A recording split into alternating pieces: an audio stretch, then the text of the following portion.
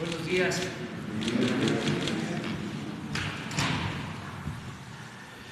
Vamos a informar como todas las mañanas.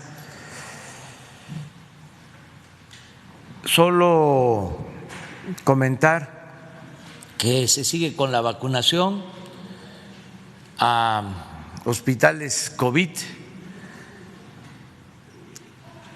Ya se está incluyendo a hospitales privados, a médicos, a enfermeras, a trabajadores de hospitales privados COVID. Vamos a presentar un video de cómo se está vacunando ya a estos médicos, enfermeras que están salvando vidas. También mañana vamos a dar la información sobre la vacunación de maestros en Campeche. Aprovecho para informar a todos los maestros de Campeche que estén pendientes, porque mañana vamos a explicarles cómo se va a llevar a cabo la vacunación. También informar que ya ayer se distribuyeron todas las vacunas. Cumplió la Secretaría de la Defensa, la Secretaría de Marina, con el plan de distribución, de logística de las vacunas que se van a empezar a aplicar el día de hoy en centros de salud, en hospitales, en COVID, para terminar o para seguir avanzando con los médicos, con los trabajadores de la salud. Pero ya están en todos los estados las vacunas. Ayer terminaron en Santa María del Oro, Zacatecas. Hoy, en la madrugada, fue el último sitio de entrega. Hay también Santa María del Oro en Durango y hay Santa María del Oro en Nayarit, creo. Son 3 municipios y a lo mejor hay otro, ¿no? Pero es Santa María del Oro, Zacatecas. No, no es Santa María, es Concepción del Oro. Ya me acordé, Concepción del Oro.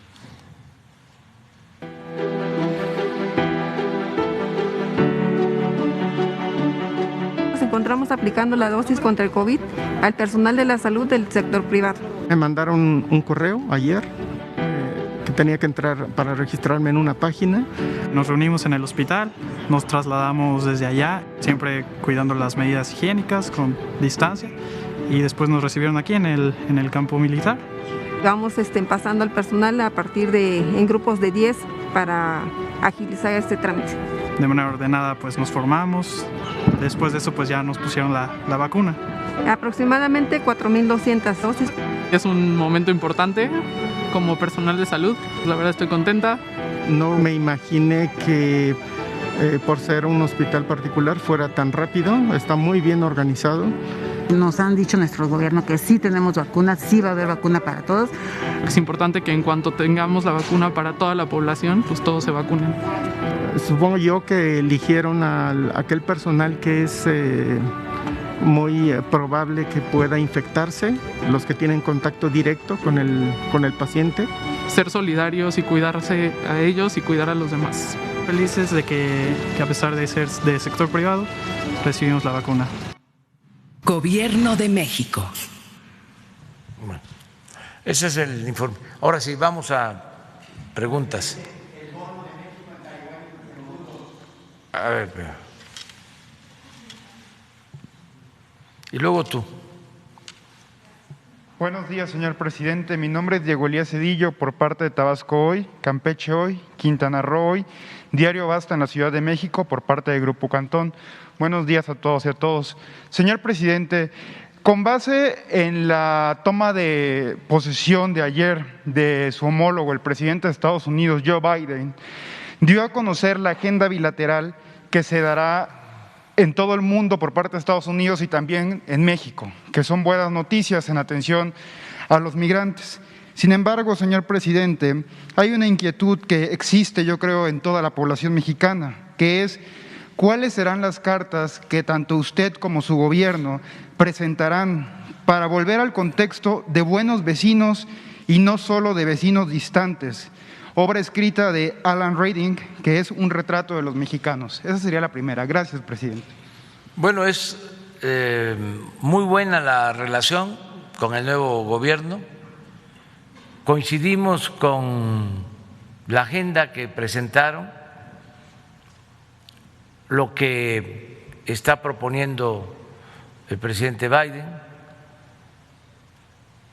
En lo interno,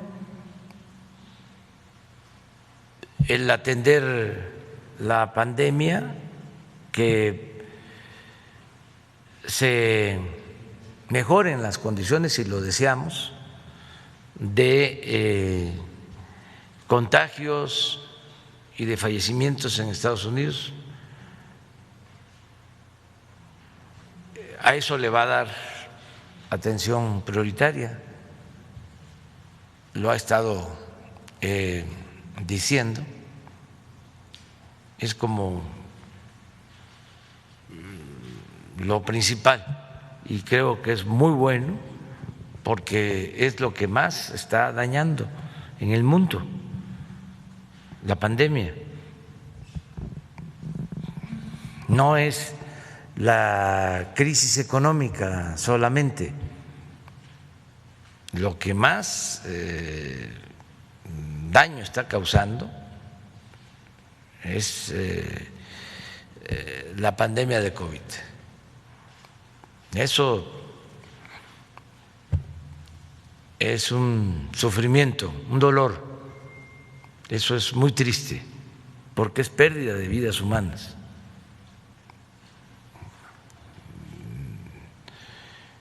Es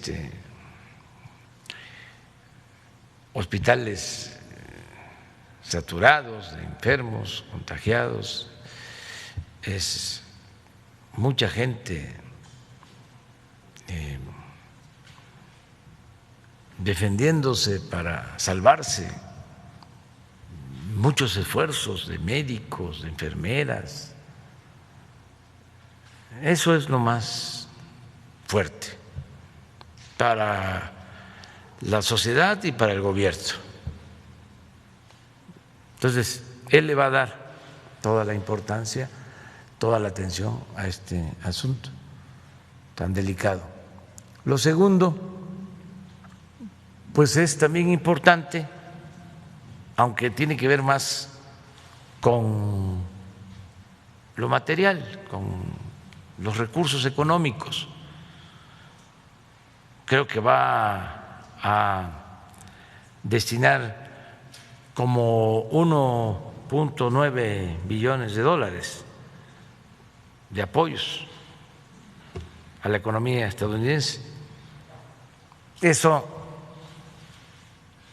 va a ayudar mucho en la reactivación de la economía interna y ahí nos ayuda también a nosotros, porque son 38 millones de mexicanos que viven, trabajan en Estados Unidos. Y al haber esta derrama económica, una buena cantidad se va a entregar de manera directa, como lo hacemos nosotros desde hace tiempo, pues eso va a ayudar bastante a la economía. Tan es así que por eso, entre otras cosas, se está fortaleciendo nuestro peso en los últimos tiempos. Ayer estaba muy fortalecido el peso.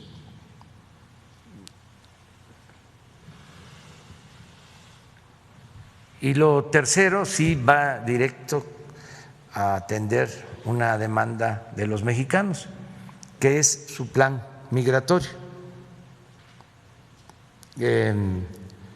Está proponiendo una iniciativa de ley para regularizar a residentes mexicanos y de otras nacionalidades que están viviendo en Estados Unidos. Dice que a partir del 1 de este año, los que están allá, a partir del 1 de enero del 21, y van a dar facilidades para que haya esa regularización a mexicanos que pueden tener la doble nacionalidad. Eso es muy bueno. Entonces, no tenemos nosotros nada que objetar, al contrario, coincidimos de que eso es lo que debe hacerse. ¿Sí? Desde luego, desde la independencia que tiene el gobierno de Estados Unidos como país y como gobierno soberano, ¿no? Pero sí lo vemos bien, muy bien. Y no hay ninguna amenaza en contra de México, para dejarlo en claro. O sea que los que están apostando a que nos vamos a enfrentar al gobierno de Estados Unidos se van a quedar con las ganas para hablar en plata, ¿no? Porque siempre le apuestan a que va a haber enfrentamientos y pleitos. No, la política se inventó, y entre otras cosas, para evitar la confrontación, para evitar la guerra. Entonces, no hay ningún problema. Ahora, señor presidente, lamentablemente hay un tema en Tabasco y penosamente peor en Macuspán. Esto en atención a las becas Benito Juárez. Estas denuncias nos las han hecho llegar por las redes sociales de Tabasco Hoy, referente a que funcionarios que se encargan de estas becas en el municipio que lo vio nacer a usted han estado pidiendo moches a los jóvenes que las reciben. Usted bien ha dicho, y es más que conocido, que no se puede hacer nada sin el conocimiento de tu superior jerárquico, en este caso de tu jefe.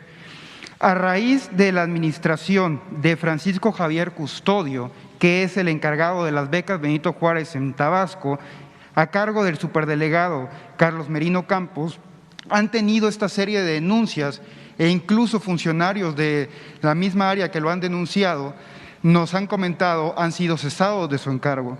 Entonces, señor presidente, aprovechando esta tribuna y el interés que usted podría tener en particular en el Estado, ¿sería posible que el secretario Javier May o en su defecto la secretaria de la Función Pública Irma Sandoval, que ya tiene conocimiento de esto, podría verificar este caso? Por favor, presidente, muchas gracias. Sí, desde luego.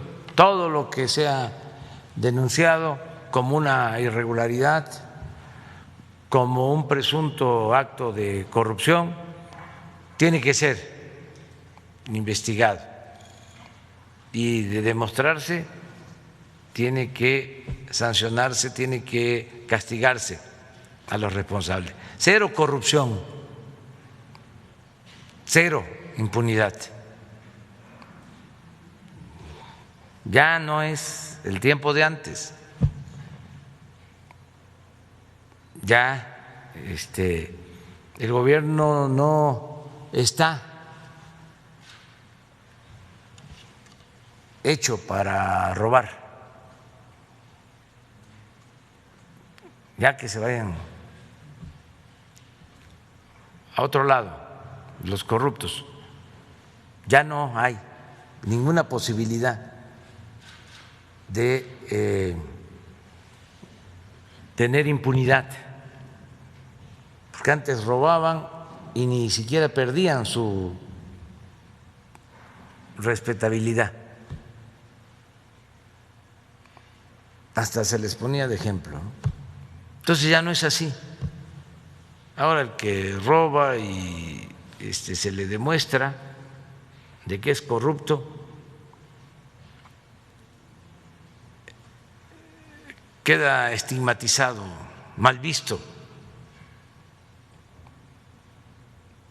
Ya no se permite la corrupción. Ya no hay posibilidad para moches, sobornos, subvenciones, subsidios, chayotes, etcétera, etcétera, etcétera.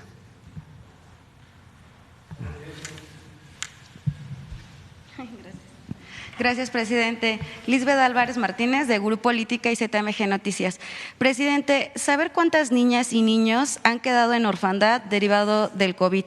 El año pasado se había dicho que les iban a entregar unas becas, saber si estas becas ya fueron entregadas y qué contemplan estas becas. Si no me equivoco, para entonces Leticia Ánimas llevaría este programa y entonces ahora ¿quién lo va a llevar? Por favor. Sí, miren, vamos a pedir que nos informen sobre el programa de apoyo a familiares de las víctimas de COVID. Hay un programa, se está apoyando a todos los familiares. Vamos a que nos informen. Esto se maneja en el DIF. Rocío García, también Zoé Robledo,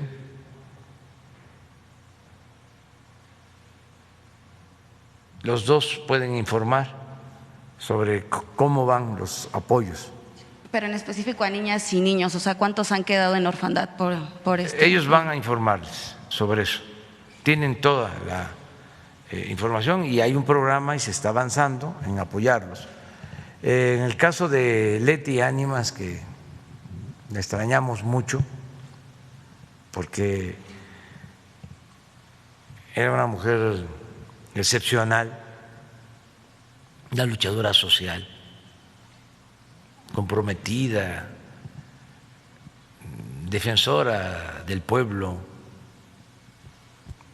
honesta, trabajadora. Ahí fue un golpe muy fuerte para nosotros, porque fíjense, una de las causas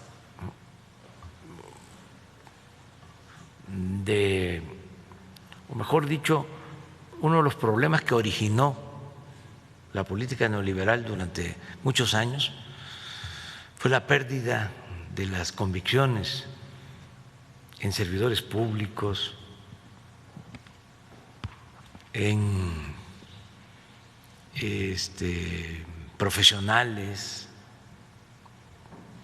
Se individualizó bastante la sociedad durante el periodo neoliberal. Hubo mucho aspiracionismo,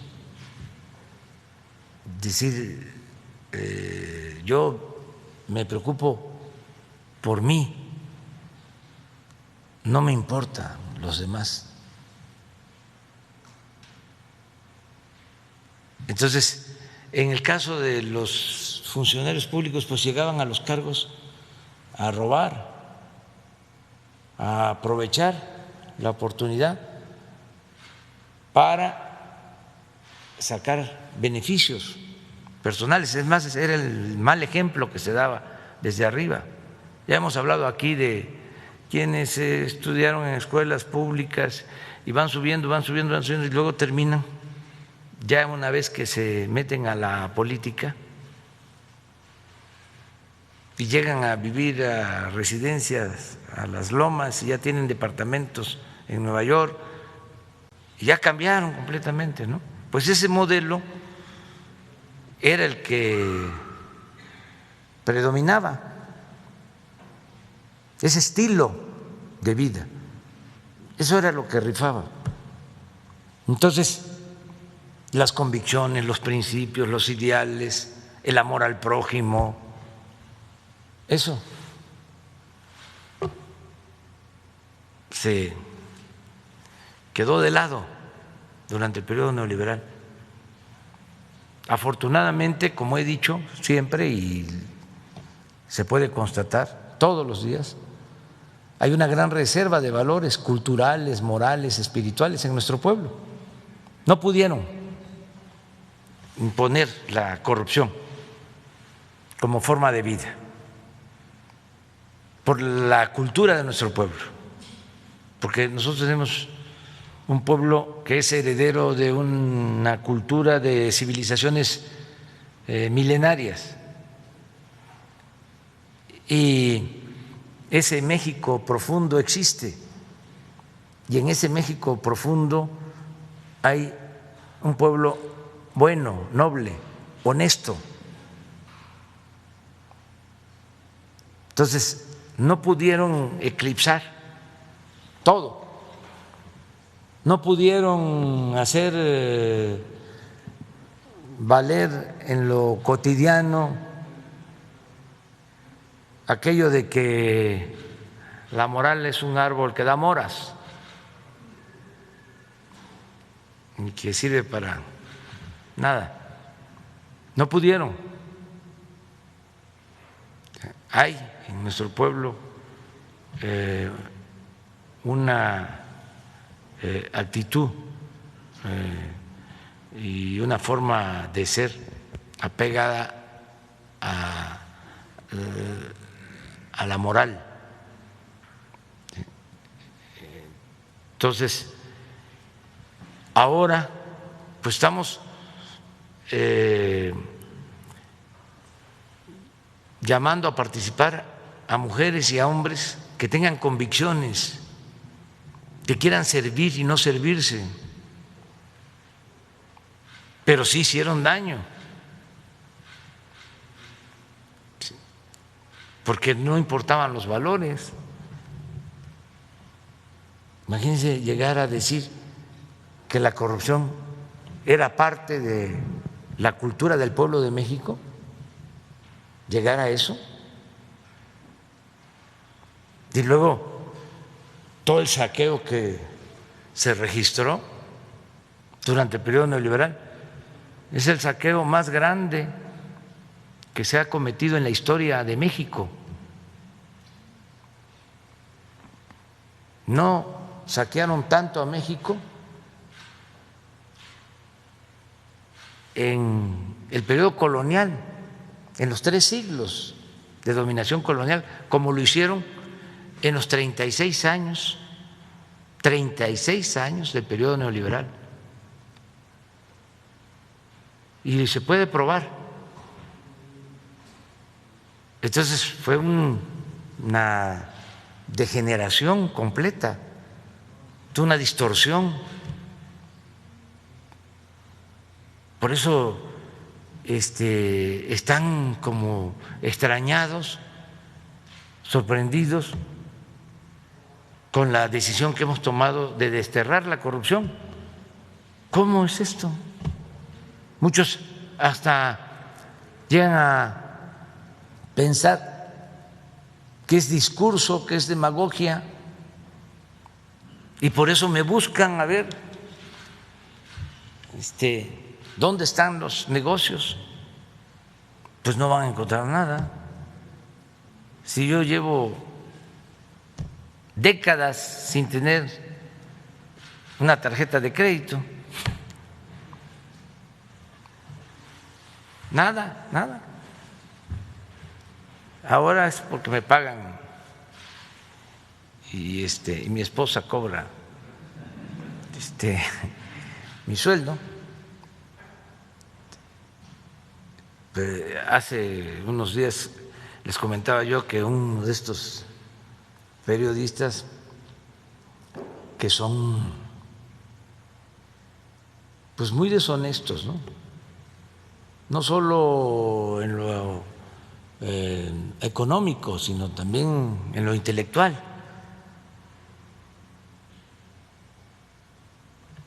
Decía que el Tren Maya se estaba haciendo para que la casa que tengo y que por cierto ya no es mía, es de mis hijos, que son 12,000 metros cuadrados, una casa que me heredaron mis padres, una quinta, porque a cada hermano nos dieron 1 hectárea. Tenía mi papá ahí 6 hectáreas y a cada uno nos tocó pues una porción, y a mí me tocó, por ser el mayor, no solo el terreno sino la casa donde ellos vivían. Y ya mi madre pues tenía sembrados árboles y demás, y yo he seguido sembrando. Y bueno, este periodista, Loret de Mola, dice que todo lo que se está haciendo en el sureste por el Tren Maya es porque yo quiero que suba de valor mi propiedad, que me beneficio con la plusvalía. Estoy a punto de decirle, bueno, a ver, te cambio la plusvalía que va a tener el terreno por tu departamento en Estados Unidos.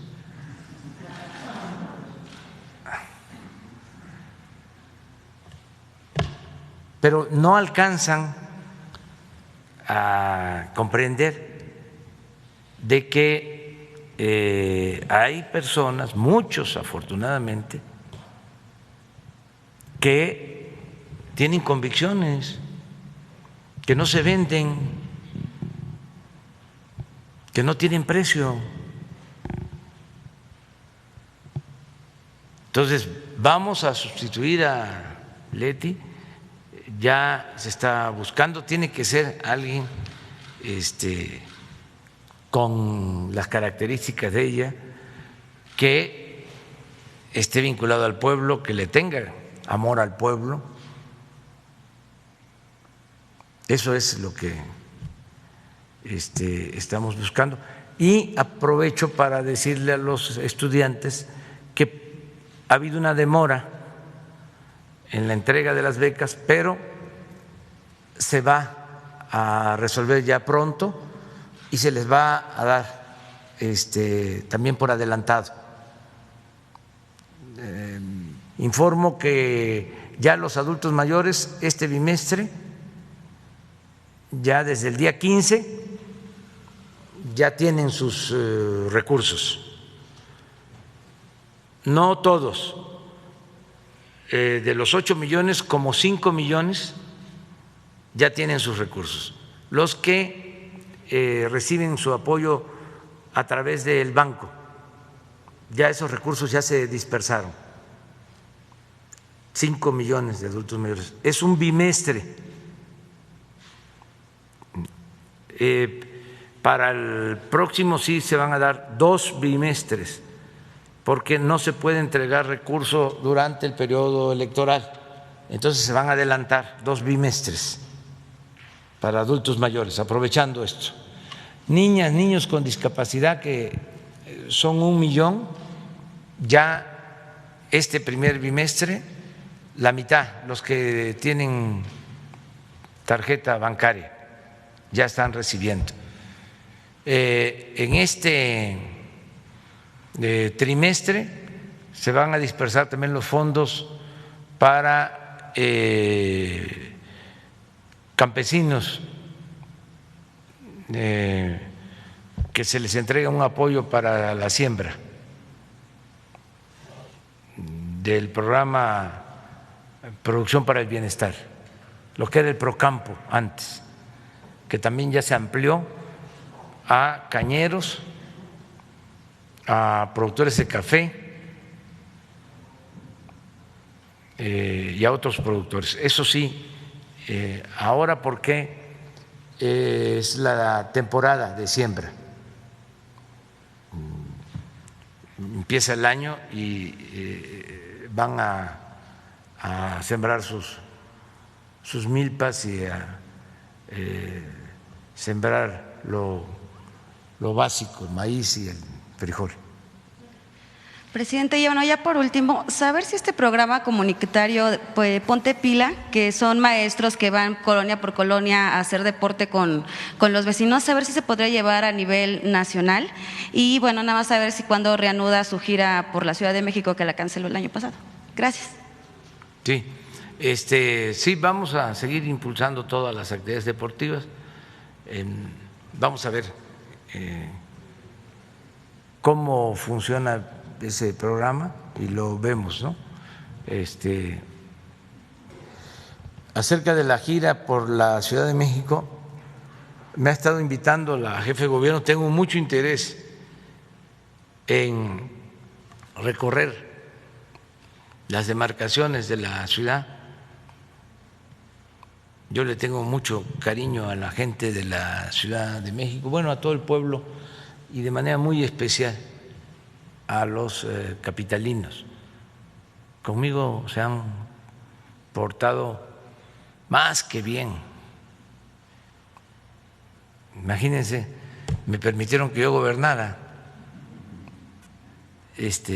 siendo tabasqueño de origen,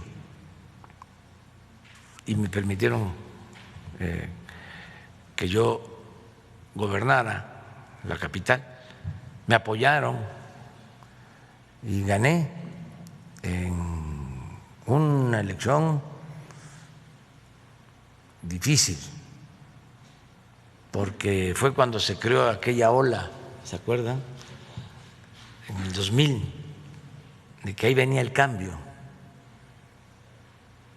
Y esa ola fue fuerte porque la gente estaba entusiasmada,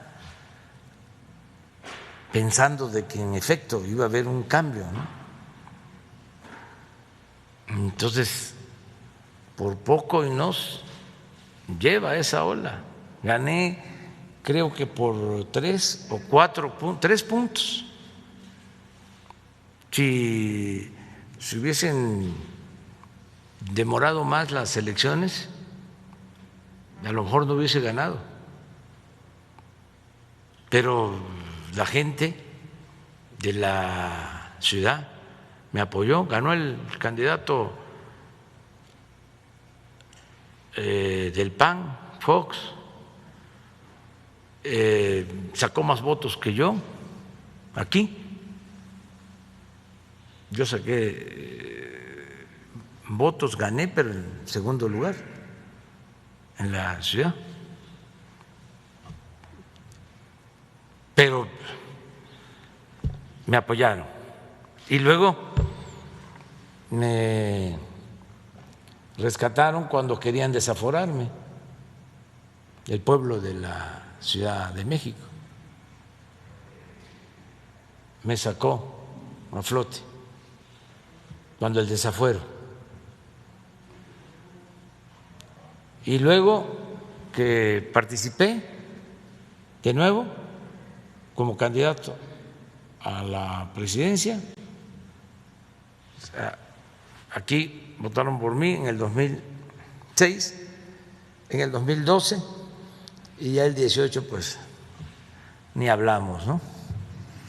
Entonces, muy solidaria la gente, y sí quiero acompañar a Claudia, nada más estamos esperando que baje, ¿no?, lo de los contagios. Estoy informado y no solo eso, estoy apoyando a la jefa de gobierno. Ella está haciendo una muy buena labor en la ciudad. Ahora con la pandemia están inaugurando nuevos hospitales, ampliando hospitales. Acaban de terminar uno en Topilejo. Querían que yo los acompañara a inaugurarlo, pero por la pandemia mejor que se abra, que se tengan las camas, los médicos, los especialistas que se están consiguiendo, pero eso es una construcción del gobierno de la ciudad, es una obra del gobierno de la ciudad, impulsada por la jefa de gobierno, por Claudia Topilejo. También ya está funcionando al 100 el nuevo hospital de Tláhuac, del ISSSTE, de 300 camas. Así están también a punto de abrir un hospital que había quedado inconcluso en Gustavo Amadero. En fin, estoy pendiente y una vez que yo pueda voy a recorrer la ciudad. A ver, espera, queda, a ver. Sí vas a hablar, nada más espérame. Sí, digo, sí vas a preguntar. Gracias, presidente. Buenos días. Un par de temas. El primero, tanto el día de ayer como hoy se dan a conocer varios detalles sobre el expediente de Ayotzinapa, nuevas investigaciones de la Fiscalía General de la República. El día de ayer, datos que relacionan la presunta participación de militares en la desaparición de los jóvenes. Y el día de hoy, supuestos pagos a funcionarios por parte de la Organización de Guerreros Unidos.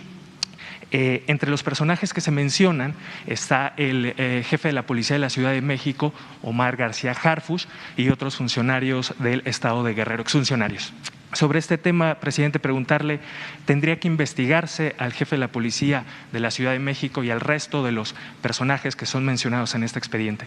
Está abierta la investigación. Todo esto se ha logrado porque tenemos el compromiso con los padres, madres de los jóvenes de Ayotzinapa de saber lo que sucedió y, sobre todo, encontrar a los jóvenes. Ese es mi compromiso. Entonces, estamos trabajando de manera coordinada. El Poder Judicial, que es un asunto de Estado, el que podamos esclarecer este hecho tan lamentable de injusticias cometidas, ¿no? Entonces, está ayudando el Poder Judicial, la Fiscalía. Hay una fiscalía especial, se mantiene al grupo de asesores que negaron la versión de que los jóvenes habían sido quemados en un basurero. Ellos, junto con otros, ¿no?, defensores de derechos humanos, desmontaron esa horrenda mentira, ¿no? Y ahora se está haciendo la investigación, se están dictando órdenes de aprehensión. Se está avanzando mucho en la investigación, pero todavía no está concluida la investigación, está en proceso. Eso que publicó el Reforma está en el expediente de la Fiscalía. No sé cómo lo obtuvieron, pero es real, o sea, no es apócrifo. Y sí, ya se tienen detenidos a más personas, ya hay una detención de un capitán del ejército y está abierta la investigación. No hay todavía ningún resultado así definitivo, ¿no? Lo que cada vez es más evidente es de que se fabricó la versión que originalmente se le presentó al pueblo de México, de que los jóvenes habían estado, los habían agarrado y los habían quemado en un sitio, en un basurero. Eso ya todo indica de que no obedece a lo que sucedió, que no es real, que hay otras versiones, y eso es lo que se está investigando. Se le está dando garantías a los que están detenidos. Aquí aprovecho también para que ellos lo tomen en cuenta, de que todo el que nos ayude informando va a tener consideración en el marco de la legalidad, pero se le va a proteger, porque lo que se está buscando es romper el llamado pacto de silencio. Porque imagínense, 43 jóvenes y desaparecidos. Hay hasta ahora 80 presos, y no tener todavía qué fue lo que sucedió, teniendo la voluntad de aclarar las cosas, porque yo no puedo mentirle a los padres, a las madres de familia, no le puedo mentir al pueblo de México. Entonces, teniendo la voluntad de que se aclare, porque lo vamos a terminar aclarando, aunque nos lleve tiempo, nos ha costado trabajo, porque hay, en efecto, esta especie de pacto de silencio. Nada más que poco a poco vamos avanzando, y yo tengo mucha confianza de que vamos a saber lo que sucedió, y no queremos solo basarnos en una versión. Por ejemplo, esa declaración que dio a conocer el Reforma, pues ahí ya se dice qué fue lo que sucedió, lo dice un testigo, pero no podemos decir esto fue lo que pasó hasta no probar todo y investigar más, porque no se trata de hacer otra faramalla, otra versión falsa, nada más para decir ya se cerró el caso, darle carpetazo. No, tienen que participar los asesores, los padres, las madres de los jóvenes, desde luego todas las autoridades, y tiene que haber un acuerdo cuando se tengan todos los elementos y se puede informar al pueblo sobre lo que sucedió. Y lo más importante, encontrar a los jóvenes. Es todo un desafío, pero tenemos la voluntad de hacerlo. como parte de este trabajo y esta voluntad de esclarecer el caso, tendría que investigarse a estos personajes que son señalados. A todos, no. Eso es muy claro. Nosotros no establecemos relaciones de complicidad con nadie. Con nadie. Por eso somos distintos.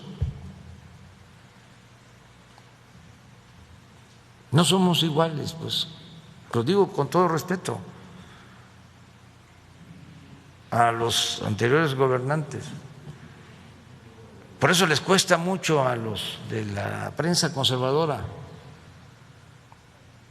enfrentarnos. Pueden inventar, pueden calumniar, pero argumentar de que somos iguales, de que somos corruptos,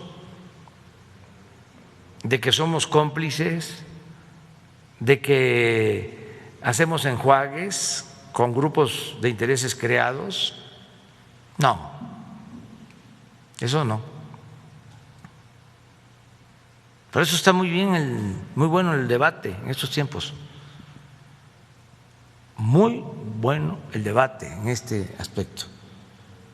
Y nosotros siempre vamos a garantizar el derecho a disentir y a la libre manifestación de las ideas y no a la censura.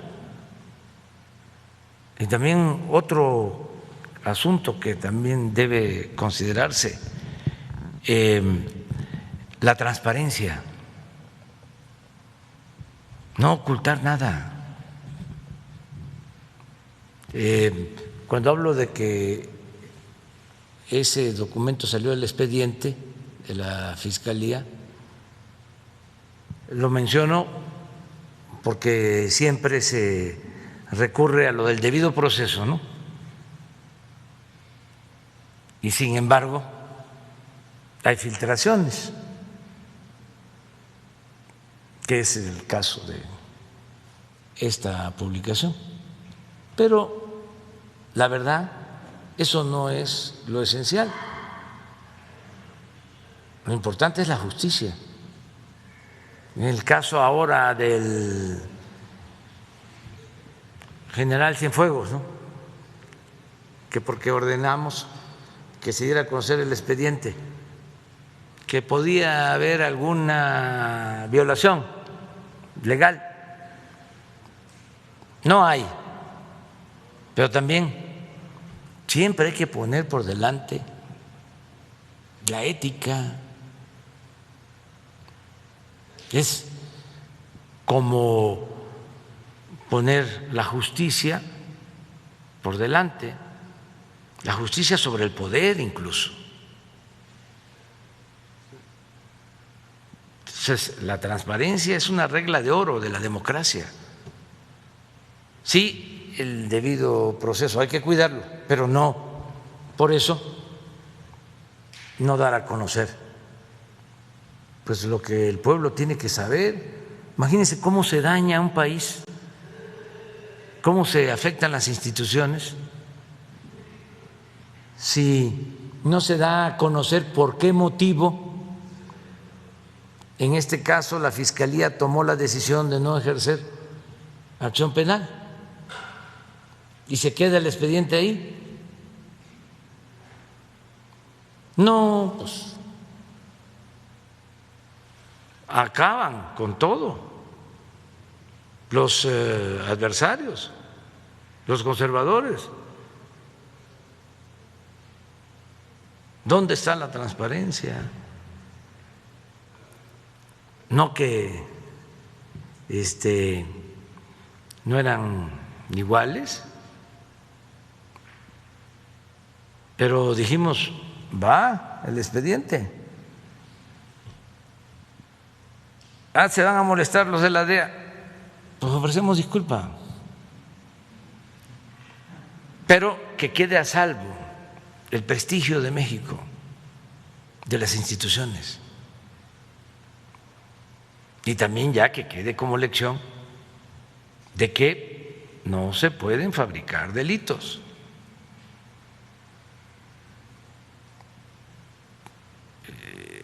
sea quien sea la persona. Entonces eso es lo que estamos haciendo. Gracias, presidente. Y en un segundo tema me gustaría retomar el asunto de Estados Unidos, preguntarle cuándo tiene planeado o previsto hablar con el nuevo presidente estadounidense, qué temas abordará además del tema migratorio, sobre todo después de las tensiones por el tema de la DEA y una comunicación de los todavía funcionarios de Donald Trump en el tema de la política energética mexicana. Pues la verdad que ya hablamos. Tuvimos una muy buena conversación desde Valladolid, Yucatán, con el presidente Biden. Hablamos por teléfono y tocamos todos los temas. Y ya se estableció la comunicación entre servidores públicos del gobierno de Estados Unidos y los servidores públicos de México. Ya están enlazados, están trabajando ya de manera conjunta. No hay nada que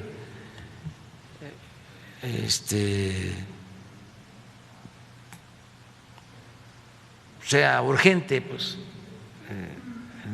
lo que él plantea coincide con lo que nosotros estamos haciendo. Lo vemos bien. Ahora, si hay necesidad de hablar por teléfono, pues lo hacemos, ¿no? Pero no es urgente. Por el momento no ve necesario volver a hablar con Biden. No hace falta. O sea, le deseamos lo mejor y con nosotros no va a haber problema. Él lo sabe y nosotros también sabemos que no vamos a tener ningún problema con su gobierno, porque pues todo está muy claro. Va a haber respeto mutuo, respeto a la soberanía.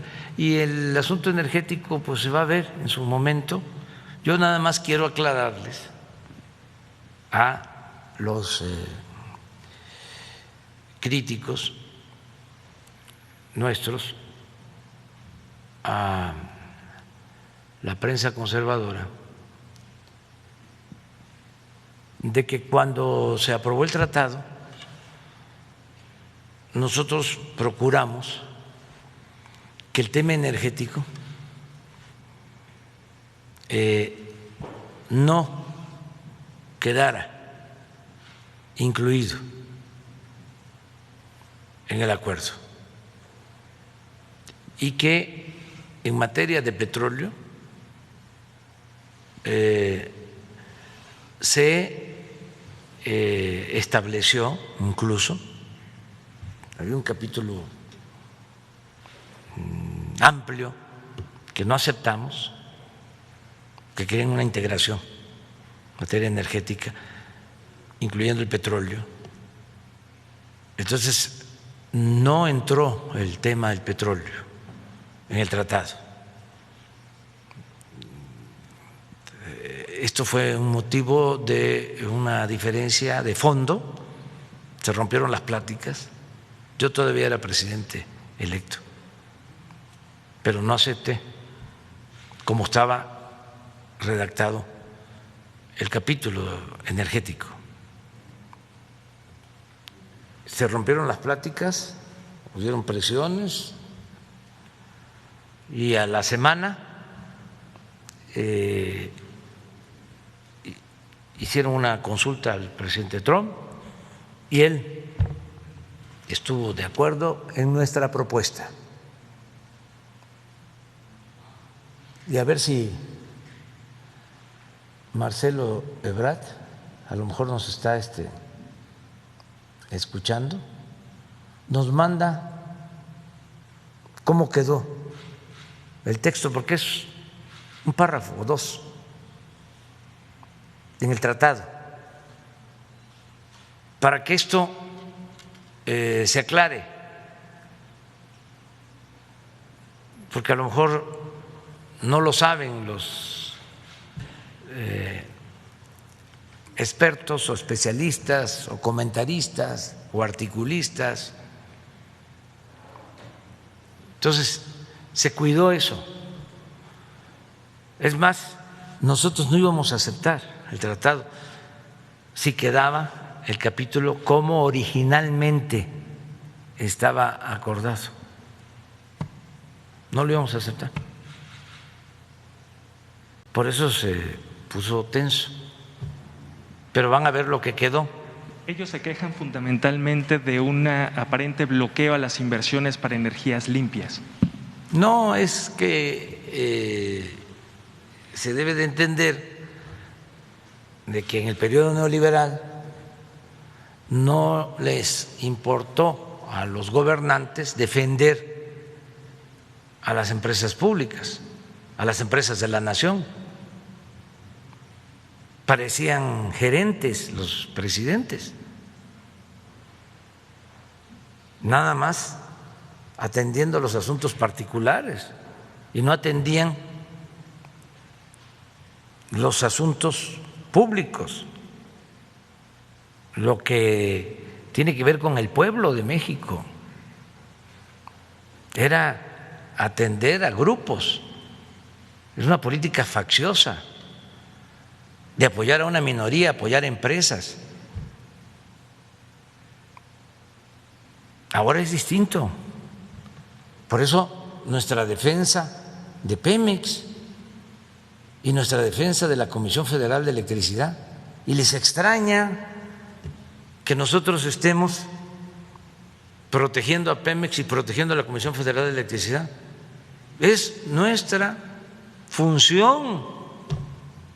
Además, si yo no protejo a la Comisión Federal de Electricidad y sigue la misma política privatizadora en la industria eléctrica, ¿cómo voy a garantizar que no aumente el precio de la luz? ¿Cómo lo garantizo? Si a estas empresas, aunque se disfracen de ambientalistas, lo que les interesa es el lucro, los billullos. Entonces yo tengo que defender a la Comisión Federal de Electricidad. Se acaba la Comisión Federal de Electricidad y quedamos en estado de indefensión los mexicanos. ¿Y qué? ¿Ya no tuvieron ellos tiempo suficiente para demostrar que era mejor la política privatizadora? ¿Qué sucedió en todo el tiempo en que ellos manejaron al gobierno, que eran los dueños de México? ¿Qué sucedió con el precio de la luz? ¿Bajó?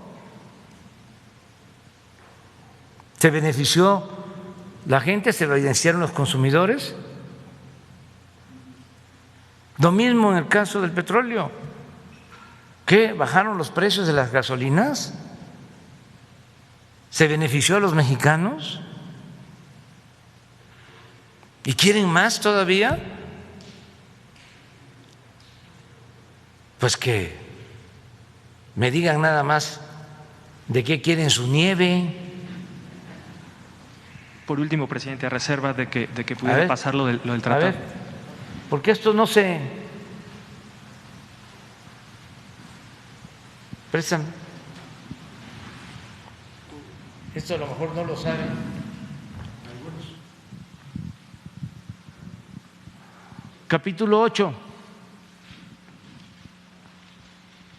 Reconocimiento del dominio directo y la propiedad inalienable e imprescriptible de los Estados Unidos mexicanos de los hidrocarburos. Así quedó. Reconocimiento del dominio directo y la propiedad inalienable e imprescriptible de los Estados Unidos mexicanos de los hidrocarburos. Según lo dispone este tratado, las partes confirman su pleno respeto a la soberanía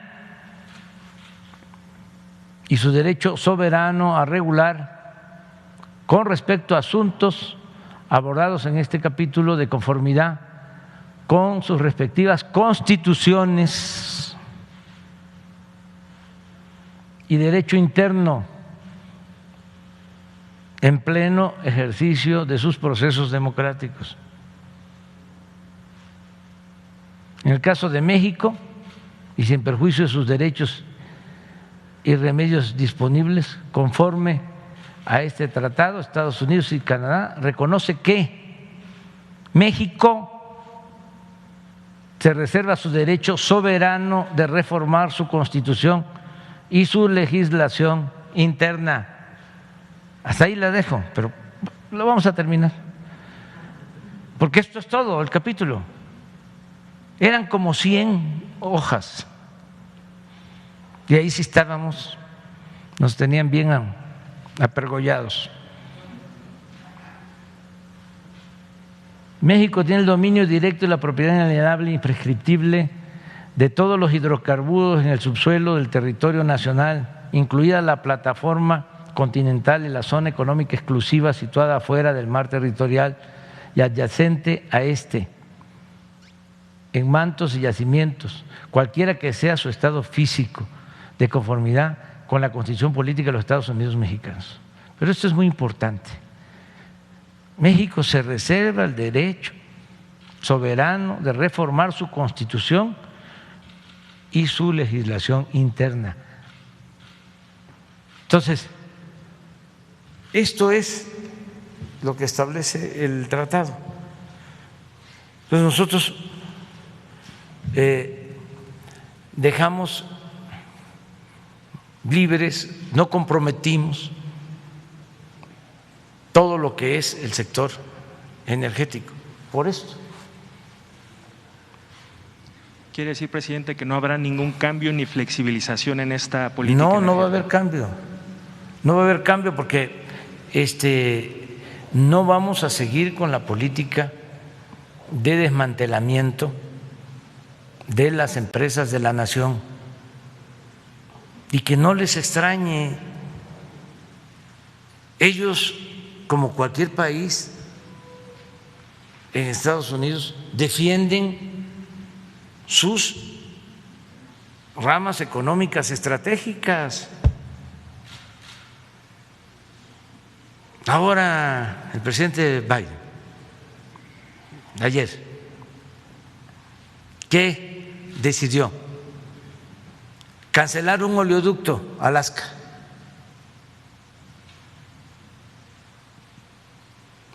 Ayer. No sé por qué razón, pero debe ser por cuestiones ambientales o por no convenir así a Estados Unidos. Fue de las primeras medidas que se tomó. A ver, ¿por qué no nos manda Marcelo las decisiones más puntuales en esta materia, a lo que estoy ahora refiriéndome? Todo esto ayuda mucho para que quienes nos están viendo, quienes escuchan, pues tengan todos los elementos. Y por eso no debe de haber ninguna preocupación, porque todo está escrito, pactado, acordado. No era aprobar cualquier tratado, era aprobar lo que no nos perjudicara a los mexicanos. Y tuvimos muchas presiones cuando se negoció este tema, muchas más. Les comento, una semana se rompieron las pláticas y se argumentó que si se daba a conocer de que estaban rotas las pláticas por esto, se iba a generar una crisis financiera. O sea, todo esto también como amenaza para que cediéramos y aceptáramos lo que ya estaba propuesto, que un día lo voy a dar a conocer, cómo estaba originalmente este capítulo. Y miren lo que quedó. una cuartilla. Pero ahora no conviene, pues, o sea, ya, amor y paz. Y por último, presidente, de manera muy rápida, en el caso de Campeche.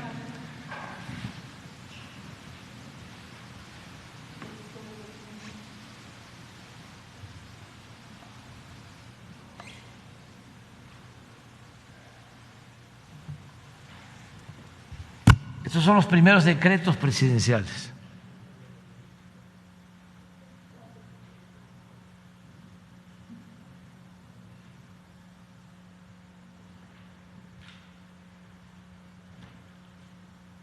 Yo creo que es lo del oleoducto. Ese es, ¿verdad? No sé si esté desarrollarlo o cancelarlo.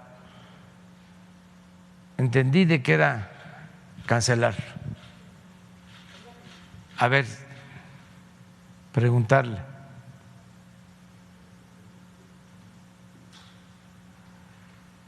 ¿Qué opina, presidente, de estos primeros decretos presidenciales? Están bien, muy bien. Lo del muro es muy bueno porque yo les comentaba de que todos los presidentes hacían su pedazo, su trecho de muro. Era así como manda,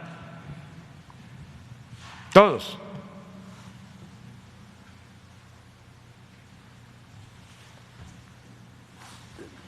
Demócratas y republicanos.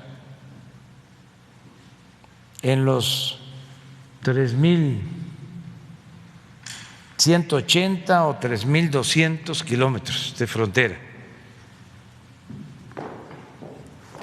considerando todo lo que incluye el río Bravo.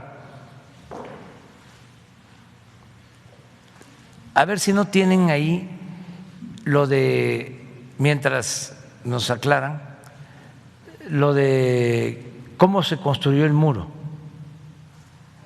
o lo que hay de construcción de muro.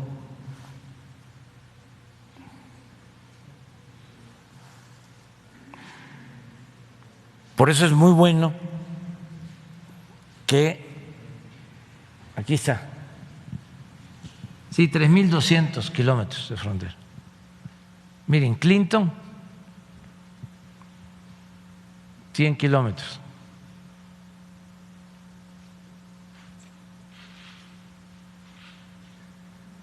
Bush,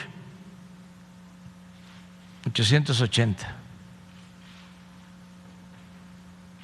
Obama, no, este es el acumulado, no, esto es lo que hicieron cada uno, esto es cómo se va acumulando. 100 Clinton, 781 kilómetros Bush, 222 Obama, 386 Trump. Entonces, el que diga el presidente Biden que ya no se construye el muro, quiere decir que en estos 4 años, 0. ¿Confía en que sea 0 kilómetros este periodo? Sí, porque él lo está asegurando, es su compromiso y yo lo celebro. Pero esto estoy seguro que no se sabía, que muchos mexicanos no sabían. Y aquí volvemos a la importancia que tiene garantizar el derecho a la información, porque ni modo que los medios convencionales informaran sobre esto. ¿Cuál era la idea que existía? Bueno, pues que todo lo relacionado con el muro era Trump.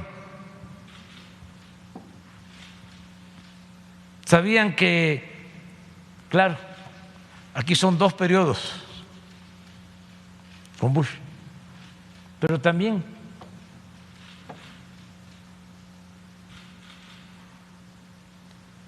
entonces lo mejor es reconocer lo bueno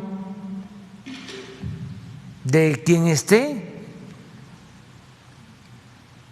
en la presidencia de Estados Unidos y reconocer lo que es bueno para México, para nosotros, y no meternos, no debemos, además nos los prohíbe la Constitución, en asuntos internos de otros países. Es sabio lo de la no intervención y la autodeterminación de los pueblos.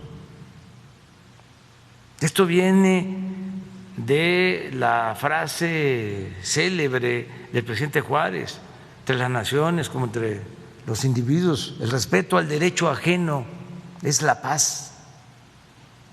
Entonces, si nos metemos a tomar partido en otros países, pues van a querer también, o vamos a dar motivo para que decidan en México lo que nos corresponde solo a nosotros, a los mexicanos, como país independiente, como país soberano.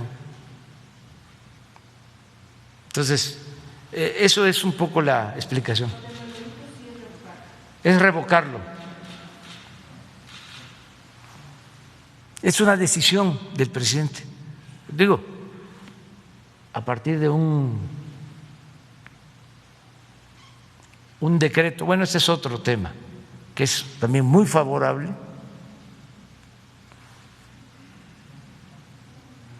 al Acuerdo de París para las emisiones de contaminantes, control.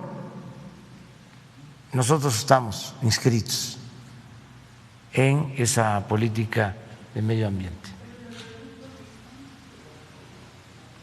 Sí, son dos, pero sí está incluido. Y por último, presidente, rápidamente sobre el tema de Campeche. Entonces, ¿está confirmada la vacunación de 20,000 maestros este fin de semana y la entrada a clases presenciales a partir de febrero en esta entidad? Es importante, mañana vamos a hablar de esto, pero se habló de 20,000 trabajadores de la educación. No solo son maestros, sino también los que cuidan las escuelas, conserjes, inspectores, todos los que tienen que ver con la educación. Y se está también revisando el censo, porque hay maestros que tienen doble plaza, porque dan clases en la mañana y en la tarde. Entonces se está revisando bien el censo. No es para regresar a clases a partir de la próxima semana, porque faltaría la segunda dosis. Es iniciar ya, adelantarnos.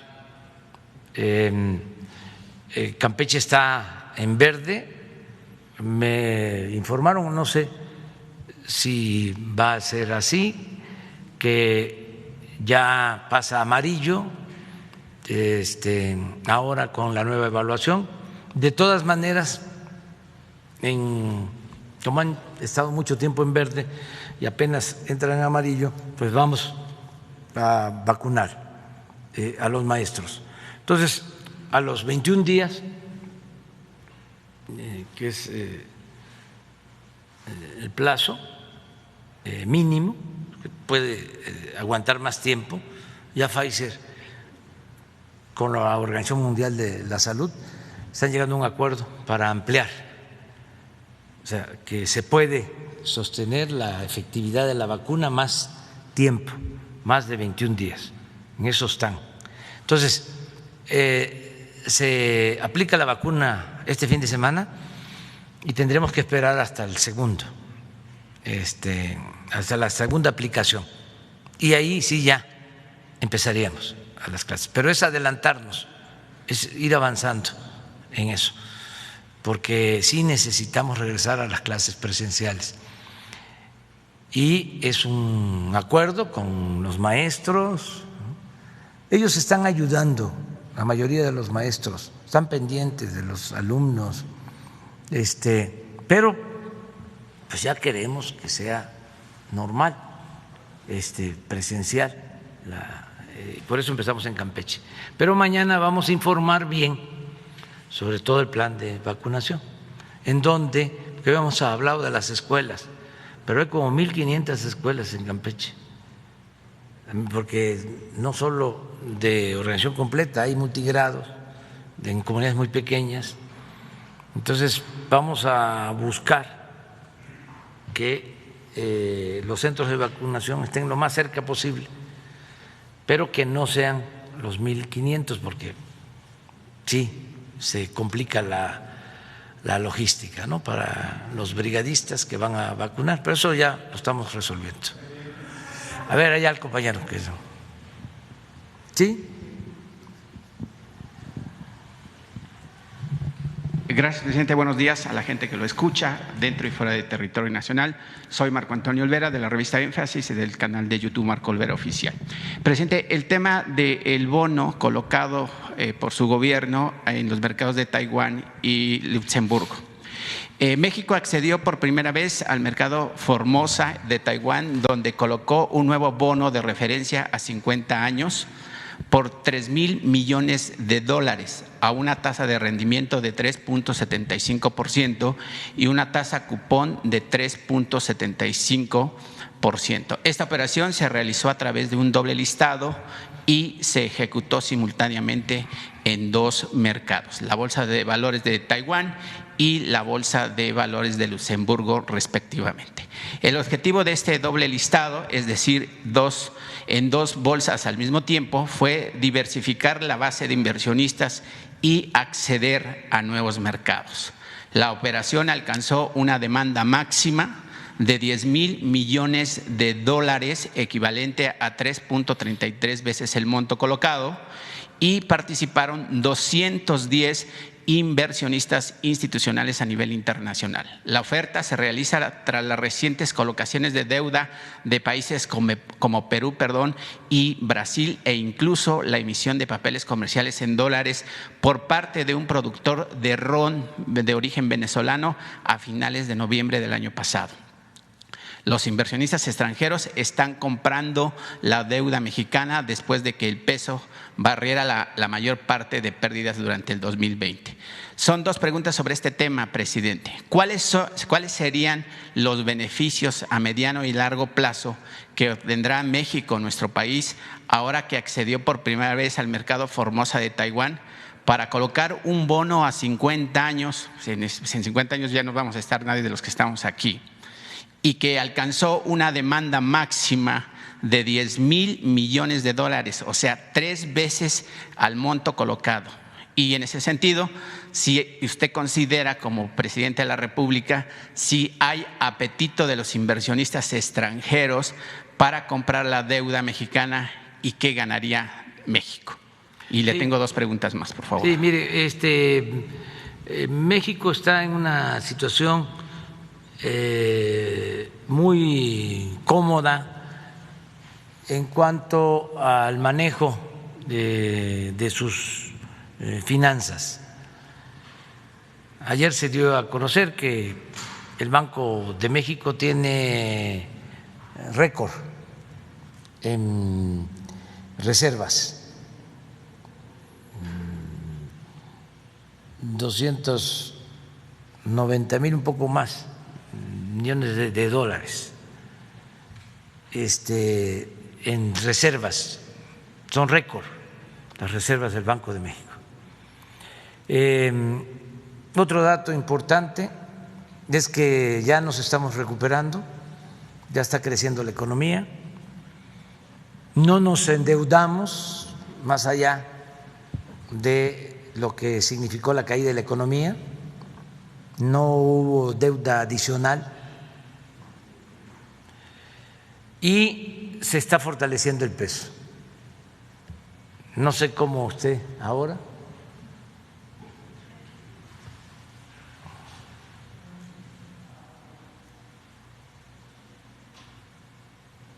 Este es todo el gobierno. Sí, pero esto es aquí hay una apreciación desde que estamos en el gobierno. El peso se ha apreciado 3.7 desde que estamos en el gobierno. ¿Se acuerdan cómo decían?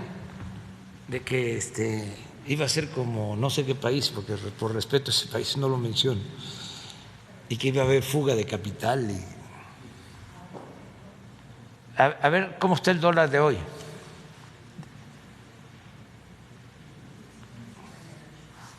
Miren, ya estamos como en marzo, como antes de la pandemia, marzo del año pasado. A ver si no está la gráfica de todo el periodo.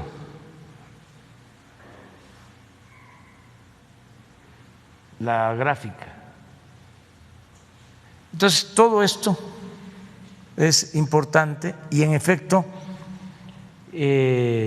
Hacienda recurrió a otros mercados para llevar a cabo esa negociación, para emitir ese bono, y tuvo mucha demanda porque tenemos finanzas públicas sanas. Ahora, el bono no significa deuda nueva, es una reestructuración de deuda. O sea, lo que buscamos, ahí está.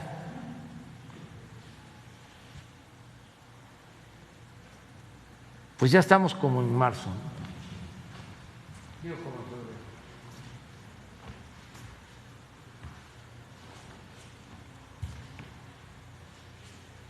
Esto llegó a 25.70 pesos por dólar,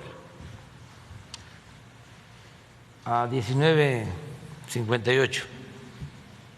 Entonces, sí vamos bien. Pero regresando a lo del bono, lo que buscamos es pagar menos intereses, porque se pagan bajos intereses en el mundo, están bajas las tasas. Entonces, la deuda soberana, lo que tiene que ver con el respaldo de Hacienda, la tasa está pues a menos de 4. No sucede lo mismo con la tasa de Pemex o la tasa de la Comisión Federal de Electricidad o de otras empresas públicas y privadas. Entonces, hay mucha confianza en México en la actualidad. De todas maneras, no vamos a endeudarnos. Y yo espero que lo que creció la deuda en términos cuantitativos y con relación al Producto Interno Bruto se disminuya. Nosotros bajamos la deuda pública en el primer año de cómo la encontramos. En el 19 bajó, la bajamos, pero en el 20, por la caída de la economía, se cae el Producto Interno Bruto y la deuda aumenta con relación al producto. Pero esperemos que con el crecimiento ya se resuelva. Muchos optaron con la crisis de la pandemia y con la crisis económica por solicitar deuda adicional. Y a veces nos miden. Hace poco salió un reportaje de que somos de los países que menos deuda contratamos. Pues sí, porque si nos hubiésemos endeudado, pues no solo es más deuda para los mexicanos, sino también más pago de servicio de la deuda. Entonces el presupuesto se compromete y ya no alcanza para el desarrollo, para la educación, para la salud, para las pensiones, y lo tenemos que destinar al pago de servicio de deuda, a pagar intereses de deuda. Entonces, por eso nuestra política, pero en efecto nos ha ido bien y yo estoy muy contento con los técnicos, los economistas de Hacienda, que están haciendo bien su trabajo. Sí, una segunda pregunta, presidente, si me lo permite. El pasado 15 de septiembre fue destituida Mariana Brígida Morán Cabrera de la subdelegación administrativa en Querétaro del ISSSTE.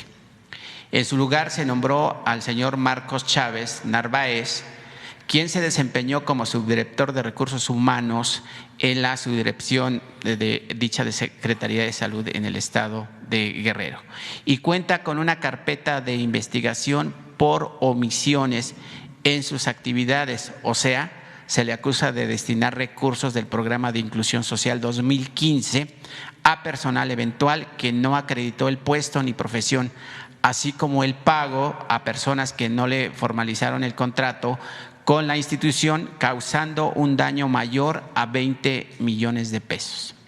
Presidente, ¿cómo se logran colar, por así decirlo, estos personajes que tienen expedientes negros y que están al frente ahora de una institución como es el ISSSTE allá en Querétaro? En ese sentido, presidente, sin dejar a Querétaro, también existen denuncias desde hace varios años por parte de los trabajadores del instituto que se quejan de la asignación discrecional de plazas de médicos, enfermeras, paramédicos y choferes de ambulancias, quienes denuncian que las bases se otorgan a familiares y amigos de los responsables administrativos o bien a los líderes sindicales sin considerar la antigüedad y las capacidades de los trabajadores que llevan hasta 5 años cubriendo interinatos en diferentes áreas de unidades médicas familiares y hospitales del ISSSTE en ese estado. ¿Qué les dice a esos trabajadores, presidente, para que el director del ISSSTE, Luis Antonio Ramírez Pineda, pues para él no pasa nada, todo está bien y usted prometió combatir la corrupción en todos los niveles de su gobierno? Y continuando con el ISSSTE, en mayo de 2019 se publicó la reforma laboral impulsada por su gobierno, donde se protege al trabajador y se le declara el derecho a una libre sindicación. Sin embargo, se siguen violentando lo que por derecho le corresponde al Sindicato Nacional Auténtico y Democrático de los Trabajadores del ISSSTE y a sus agremiados. Esos trabajadores se atrevieron ya a desafiar al viejo régimen de corrupción de los años del PRI y el PAN, y ahora ya están en 20 estados de la República Mexicana.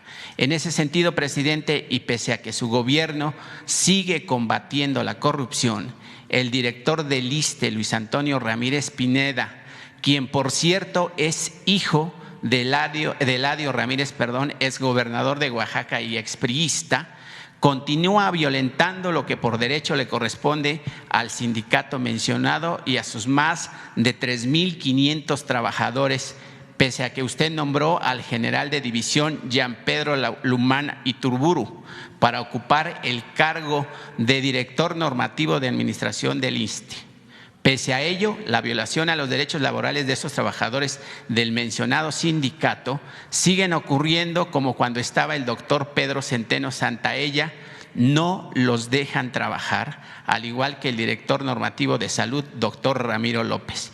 Y que pese a que la Secretaría de la Función Pública, por conducto del órgano interno del control del ISSSTE, tienen denuncias de varios estados de la República, pero aún así no hay avance. ¿Qué responde, presidente? Porque Luis Antonio Ramírez Pineda sigue trabajando a la vieja usanza priista, como su padre, el exgobernador Eladio Ramírez. Bueno, miren, son dos cosas. Una, estas diferencias que existen, yo respeto tu opinión y la opinión de los trabajadores que a través tuyo presentan esta denuncia, pero no comparto que el director del ISSSTE sea un agente ineficiente o que sea deshonesta. Luis Antonio Ramírez es un buen servidor público. Te diría más, no tengo mala opinión de su papá, aun cuando fue líder de la CNC, del PRI, gobernador de Oaxaca, no tengo mala opinión de él. O sea, y le tengo confianza a Luis Antonio. Sin embargo, cualquier hecho de corrupción que se demuestre, que se pruebe, tiene que ser investigado, castigado y merecedor de un castigo el responsable, ¿no? Entonces, por lo que estás diciendo aquí, ellos van a atender tu planteamiento. Lo que quiero decirle que a todos los trabajadores, no solo del ISSSTE, del sector salud, porque acabo de estar en Guerrero y muchos trabajadores de la Secretaría de Salud están contratados como eventuales.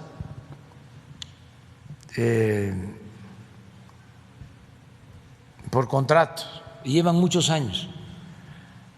Hice un compromiso que se les va a basificar a todos en el sexenio. Son alrededor de 80,000 en todo el país y voy a cumplir. Yo creo que esto a los trabajadores les va a gustar, porque ya lo he dicho, pero que no piensen que se me olvidó. Ahora con la pandemia hemos contratado a más de 70,000 trabajadores del sector salud. Entonces, por eso se detuvo el proceso de basificación, pero lo vamos a hacer y se va a llevar a cabo sin influyentismo. Vamos a empezar a basificar a los que tienen más antigüedad. Nada de recomendaciones, ni de funcionarios ni de dirigentes sindicales. Va a ser de acuerdo a la antigüedad. Esa es una información que aprovecho para transmitir. Acaban de estar conmigo los trabajadores de la salud de Guerrero, ya di instrucciones para que se les atienda y así va a ser. Nada más que no lo podemos hacer todo de la noche a la mañana y además se nos presentó esta circunstancia difícil de la pandemia. Pero mi propósito es que antes de que termine el gobierno estén regularizados todos los trabajadores del sector salud. Ese es mi compromiso. Y tomamos en cuenta lo que estás planteando. Gracias, presidente. El día de antier, más bien durante esta semana, se ha generado una ola de opiniones de especialistas en derecho internacional con el tema del general Salvador Cienfuegos, la Fiscalía General de la República encabezada por el doctor Hertz Manero y por supuesto por la conductora Carmen Aristegui, que más bien parece ya vocera de la ADEA, pero más bien es el títere de CNN en Atlanta. También estaba, por supuesto, la escritora reconocida Elena Poniatowska, donde decía que prácticamente las mañaneras ya era como un chole para los mexicanos. Presidente, usted prácticamente en estos días ha debutado también como conductor de noticieros porque hace enlaces con sus diferentes secretarios de Estado y lo hace muy bien. ¿A usted le hubiera gustado ser reportero en lugar de ser presidente de la República y qué opinión le merece que este noble trabajo que hacemos los reporteros en la calle, las aldeas y donde las banquetas son más cortas en la provincia, no como tan anchas como en las ciudades. Bueno, dos cosas. Primero, mandarle un abrazo a Elenita, que la quiero mucho. Eso es todo. Lo segundo, yo admiro a los periodistas.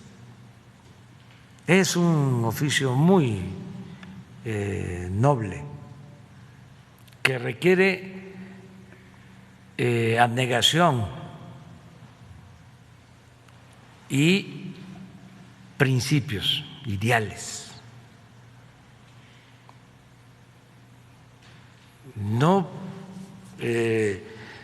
se pudo haber hecho la Revolución Mexicana sin los periodistas. Antes, cualquier movimiento de transformación se hacía acompañar de una imprenta. Un revolucionario era al mismo tiempo periodista.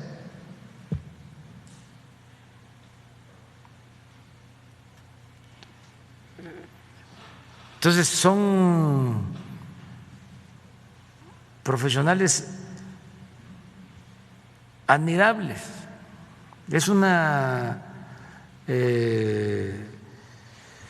actividad de primer orden, la del periodismo. A mí me hubiese gustado, desde luego, ejercer el periodismo, como me gusta la historia, como me gusta el béisbol. Hay dos casos así importantes que me hacen recordar también mi vida, ¿no? Padura se llama Leonardo Padura, un escritor espléndido, de los mejores escritores del mundo.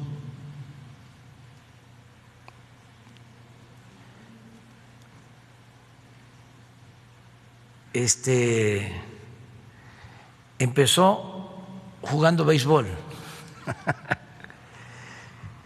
Quería ser beisbolista profesional y ahora es un gran escritor. Incluso después de haber jugado béisbol fue cronista deportivo.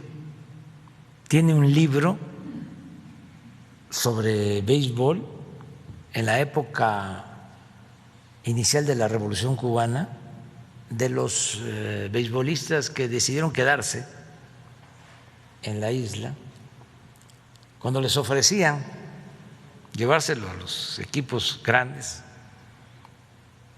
porque vaya que hay madera, ¿no?, en Cuba. Y ellos decidieron quedarse y él hace un libro, una crónica de todos ellos, los mejores pitchers, los mejores catchers, los mejores bateadores. Y lo hace, no sé, hace 20, 30 años, más tiempo. Y me llegó el libro, pero todavía no era, desde luego, el escritor que es ahora.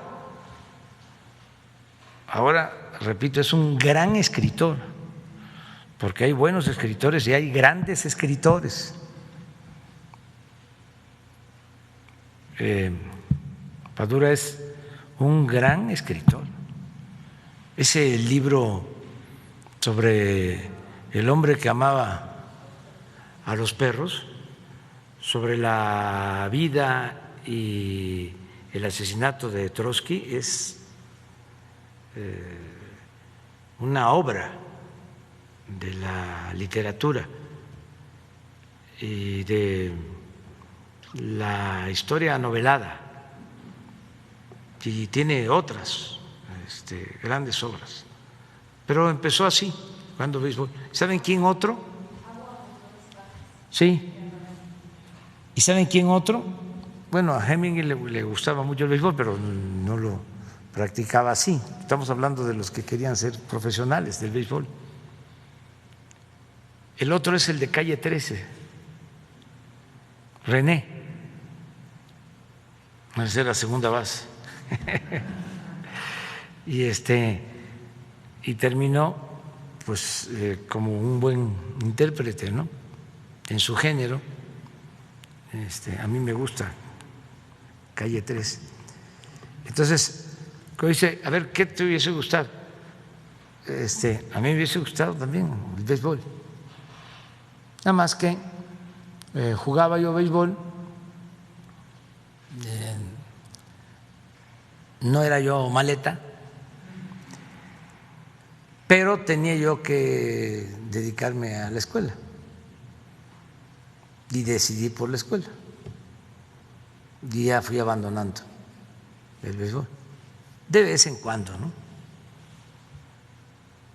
Pero el periodismo sí es un oficio muy humano, que llena de satisfacción. El periodismo de investigación y también el análisis periodístico en la época de los mejores periodistas, en la época de la Reforma, de la República restaurada, no era periodismo informativo, era periodismo de análisis. Los periodistas eran editorialistas. Zarco era eso. ¿Sí?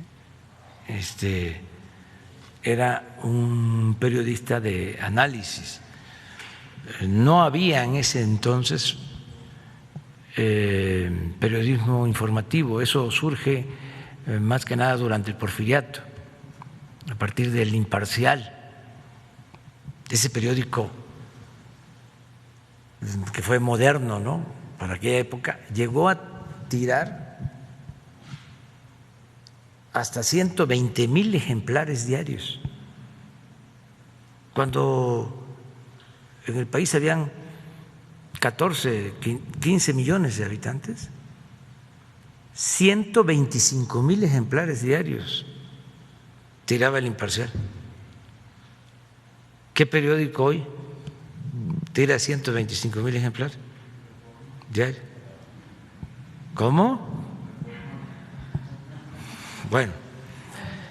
Presidente, por último, aquí afuera de Palacio Nacional, con el tema de la pandemia del COVID-19, pues México necesita médicos, enfermeras y todos los personajes implicados en la recuperación de la salud.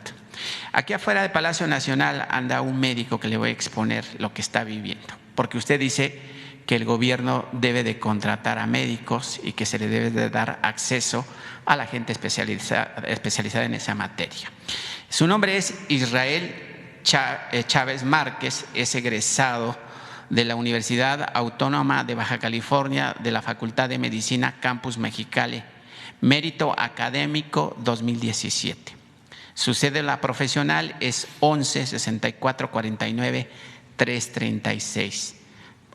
Realizó el examen nacional de residencias médicas ENARM en la ciudad de Guadalajara, Jalisco, en noviembre de 2020, quedando en el lugar 206 de 899 personas que hicieron el examen para la especialidad de traumatología y ortopedia.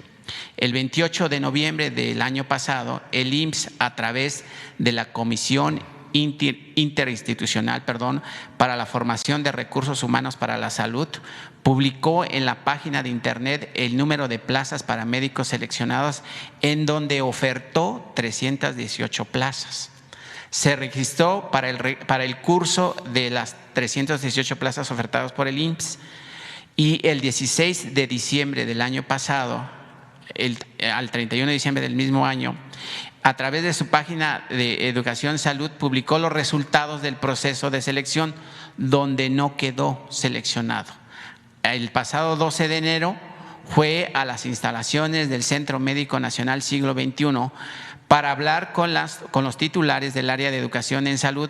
Le comentaron que no lo podían recibir, y cuando dijo que era un médico trabajador del IMSS y que acudió desde Baja California, lo refirieron con Yafet Méndez, coordinador, quien lo atendió para decirle que la selección se había hecho mediante un algoritmo de computadora y que los puntuajes adicionales mencionados en la convocatoria no fueron tomados en cuenta. De hecho, comentó que ni siquiera hubo revisión de expedientes por el personal del IMSS y la Coordinación de Educación de Salud del mismo instituto.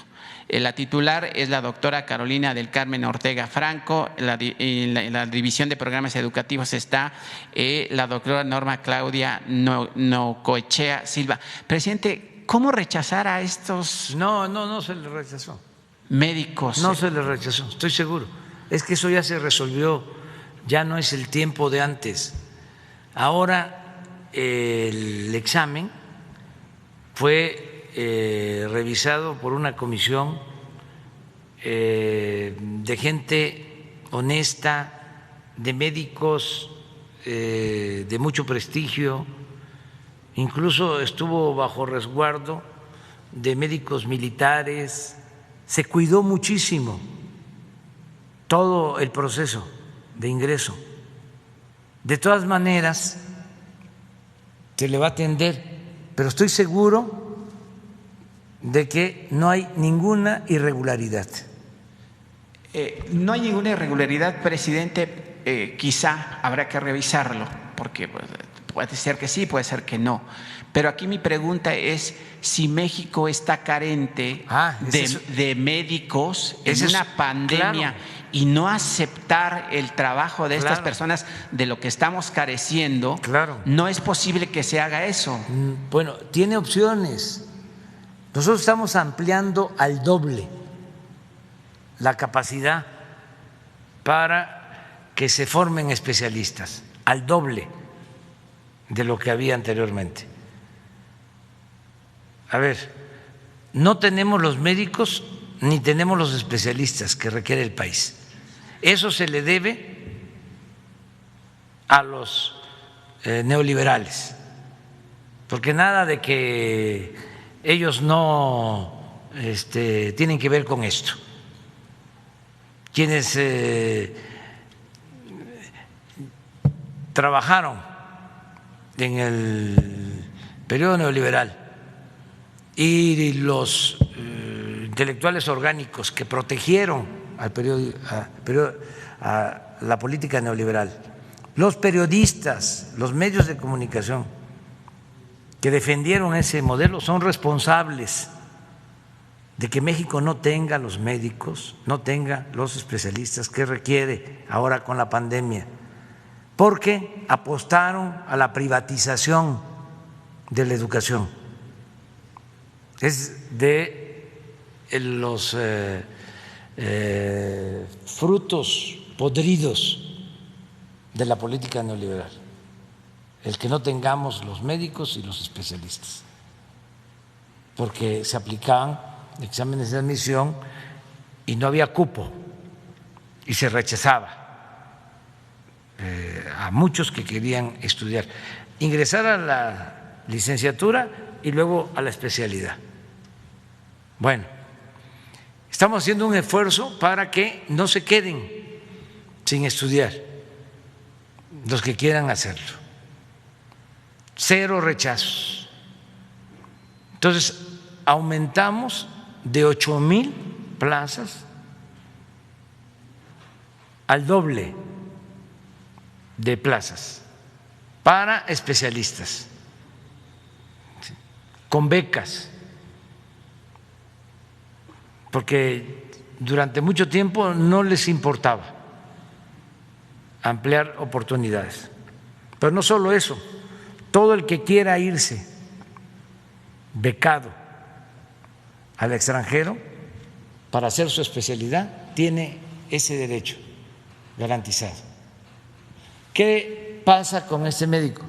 Esa especialidad es posible que no tenga espacio, porque para especializar a los médicos hay que tener los hospitales donde hagan sus prácticas, que son hospitales escuelas.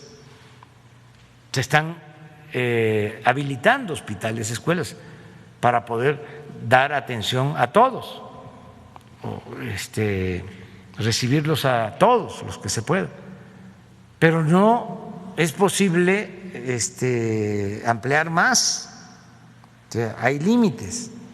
Ayer me estaba diciendo el doctor Alcocer, y esto también es cierto, hay ciertas especialidades, hay especialidades que tienen más demanda,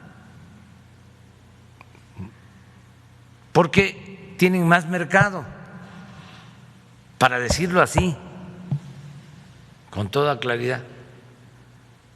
Y hay otras especialidades con menos demanda. Me decían, por ejemplo, que para la especialidad de médico familiar, que es importantísimo el médico familiar, ¿sí?, había espacios sin cubrir.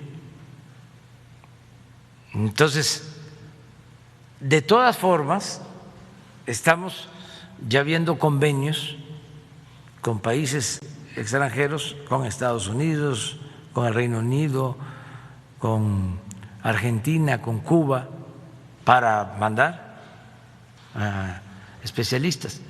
Pero no es de ninguna manera un asunto de manipulación del examen. Eso es lo que no creo. Pues que lo atiendan a la mejor. Sí, lo van a atender, ahora mismo lo van a atender, pero es sobre estas consideraciones. Si no salió con esta especialidad, tiene la posibilidad de recibir una beca y de hacer la especialidad en el extranjero. En tanto nosotros ampliamos más los espacios en México.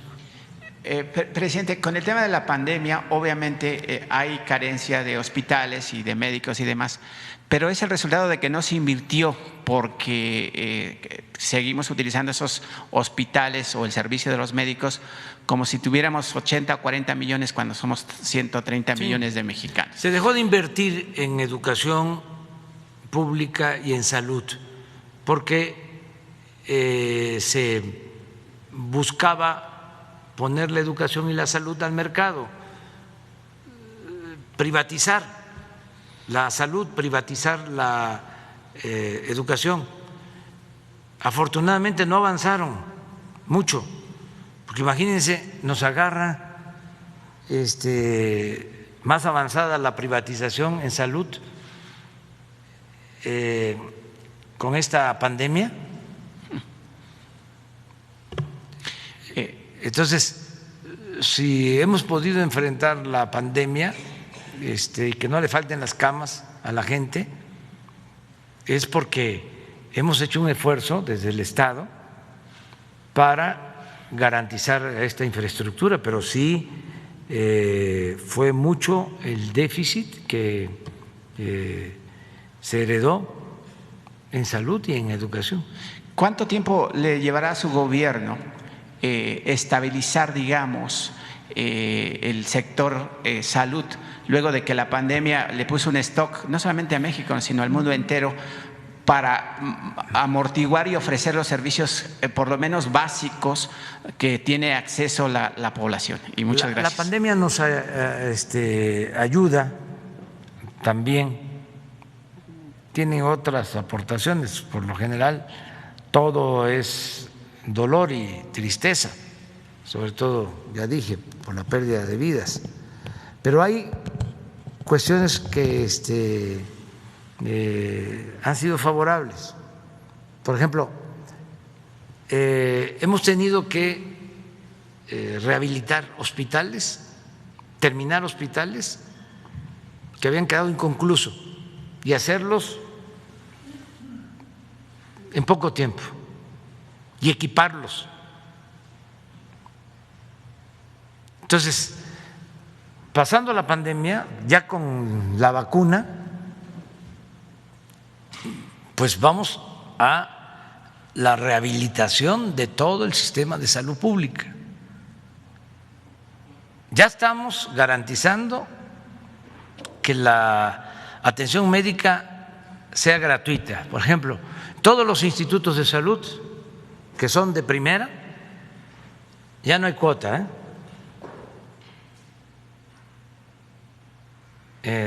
o no debe de haber. En cardiología, en nutrición, cancerología, ya no hay cuota, es gratuito. Eso es ya producto de la nueva concepción y además del cumplimiento con la Constitución, que establece el derecho del pueblo a la salud y de manera gratuita,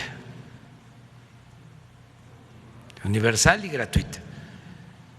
Entonces, pasando lo de la pandemia, vamos a fortalecer el sistema de salud, que es indispensable. Entonces, sí nos va a dar tiempo, antes de que termine el gobierno, de dejar un buen sistema de salud pública. Bueno, ya nos vamos. Ahora fueron puras preguntas. Mañana fueron puras preguntas y respuestas. Ya mañana. Eso sí me importa mucho. Sí. Eso sí me importa mucho. Sí, gracias, presidente. Demián Duarte, del canal Sonora Power, Lobos FM, Política y Rock and Roll Radio. Estamos preocupados, evidentemente, por la salud de la compañera Sandy Aguilera de Larsa Comunicaciones, bueno, por la situación que padeció. Al parecer fue un atentado en su contra. Ella está hospitalizada, está grave, incluso pues sabemos que está en terapia intensiva y que está, bueno, recibiendo pues donadores de sangre. Señor presidente, usted habla de que el periodismo es una profesión que requiere abnegación, también requiere un grado fuerte de valentía y de determinación. Lamentablemente en México el periodismo sigue siendo una profesión peligrosa. El año pasado hubo 4 periodistas asesinados, muchos hemos sido amenazados, muchos otros hemos sido agredidos. Entonces, señor presidente, pedirle, bueno, de parte de su gobierno, bueno, pues una manifestación al respecto de la situación que padece el gremio. Gracias. Estamos muy pendientes de lo de Sandy. Tiene la protección, desde el principio ha tenido la protección y vamos a seguir ayudándole en todo y deseamos que se recupere y le mandamos un abrazo a ella, a sus familiares y vamos a investigar bien, les vamos a informar de lo sucedido. Es posible que mañana ya tengamos un informe sobre lo que sucedió con esta compañera y nos solidarizamos con ella y reprobamos de todo tipo de agresión al periodismo y a cualquier persona. Eso es lo que puedo comentarle. Sí, pero sí estamos pendientes y qué bien que lo tratas. Yo lo iba a plantear para decir que estamos dándole seguimiento, estamos muy cercanos a este caso, muy pendientes de lo que está sucediendo. Y les vamos a informar mañana a todos los periodistas y a toda la gente sobre Sandy. Muy bien, muchas gracias.